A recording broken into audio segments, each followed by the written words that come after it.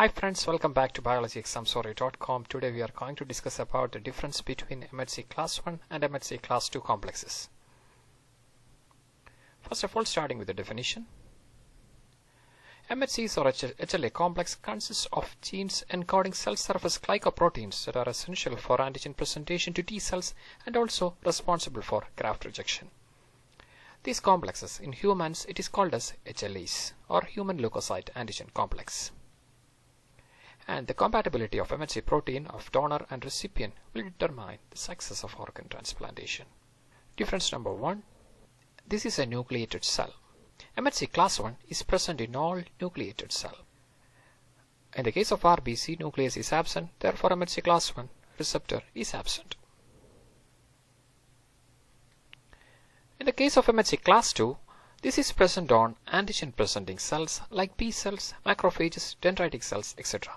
Let us take the example of B cell. B cell is having a receptor called MHC class 2. As it is a nucleated cell, it will be also having MHC class 1 receptor. Of course, there will be a B cell receptor that will specifically bind to an antigen. Other antigen presenting cells include macrophages, dendritic cells, etc. Difference number 2. This is regarding with the structure of MHC class 1. MHC class 1, as we mentioned, it's a receptor. It's a heterodimer consisting of two polypeptide chains, an alpha chain and a small beta chain. Alpha chain consists of a cytoplasmic region, a transmembrane region, and there is an extracellular region that is actually responsible for binding with antigenic peptide. In the extracellular domain, there is alpha 1, alpha 2 and alpha 3 region. This alpha 2 and alpha 3 region is constant, whereas alpha 1 region is a variable region that is responsible for antigenic binding. And this beta 2 is beta 2 chain. It's very small in MHC class 1. It is called as beta 2 microglobulin. Whereas in the case of MHC class 2, there are two peptide chains, alpha chain and beta chain, but both are of almost identical length. This alpha 1 region and beta 1 region at the amino terminal is a variable region that is responsible for binding with antigenic peptide. Difference number 3. This is regarding the interaction of MHCs with other immune cells. MHC class 1 interacts mainly with cytotoxic T cells that is responsible for cell-mediated immunity. As we mentioned, MHC class 1 is present on nucleated cells. Suppose this is a virus. Once inside the cell, these viruses is degraded into antigenic peptides. And these are presented, degraded particles are presented on MHC class 1. And this can be recognized by T cytotoxic cells. T cytotoxic cell is having a receptor which is called as CD8 receptor that can recognize MHC class 1 bound antigenic peptide. And this will actually trigger the proliferation of TC cells. And that is actually involved in cell-mediated immunity.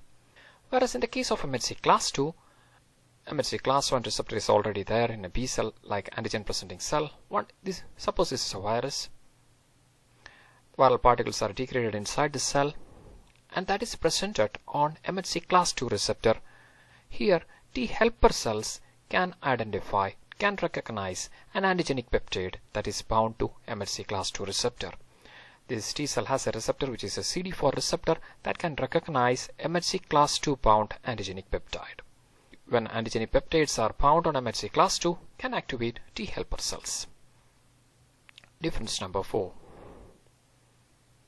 Alpha chain is coded on MHC locus of chromosome 6, whereas beta chain is encoded on chromosome 15. In the case of MHC class 2, both chains are coded on MHC locus of chromosome 6. Difference number 5. MHC class 1 is encoded by HLA-A, P and HLA-C genes located on the respective chromosomes, whereas MHC class 2 genes are encoded by HLA-D genes. Difference number 6. MHC class 1 is responsible for graft rejection and also clearance of endogenous antigens. The TC cells will clear out all these infected cells by creating pores on the membrane by perforins, and also there is a digestive enzyme which is called as granzymes that will ultimately eliminate these cells from the system so that the surrounding cells are protected. Whereas MHC class 2 is responsible for graft rejection and clearance of exogenous antigens like bacterial toxins, viral toxins, etc., or infectious pathogenic toxins that will be cleared out by MHC class 2 in association with T helper cells. The importance of MHCs is each individual has specific MHC or HLA proteins just like DNA fingerprints. And this will help the immune system to distinguish its own cells from foreign cells.